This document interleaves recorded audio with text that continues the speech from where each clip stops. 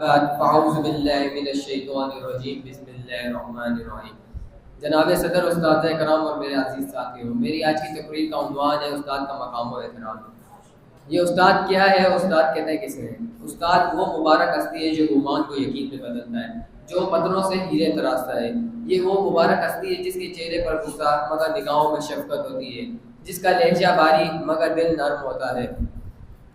صحیح بخاری کی حدیث 5027 میں ہے، خیرکم من تعلم القرآن علمہ، تم میں سے بہتر وہ ہے جو خود قرآن سیکھے اور دوسروں کو سکھائے۔ ایک اور مقام پہ آپ صلی اللہ علیہ وسلم نے فرمایا، انما بعثت معلما، بے شک میں معلم بنا کر بھیجا گیا ہوں۔ حضرت ابن عباس رضی اللہ عنہ کا قول ہے کہ میں اپنے استاد کے سامنے ایسے بیٹھتا جیسے کوئی غلام اپنے آقا کے سامنے، اور ان کی چہرے کی طرف نگاہیں تک نہیں اٹھاتا۔ یہ انداز صحابہ بتاتا ہے کہ استاد کا مقام و احترام کیا ہے۔ سامعین کرام، استاد اور شاگرد کا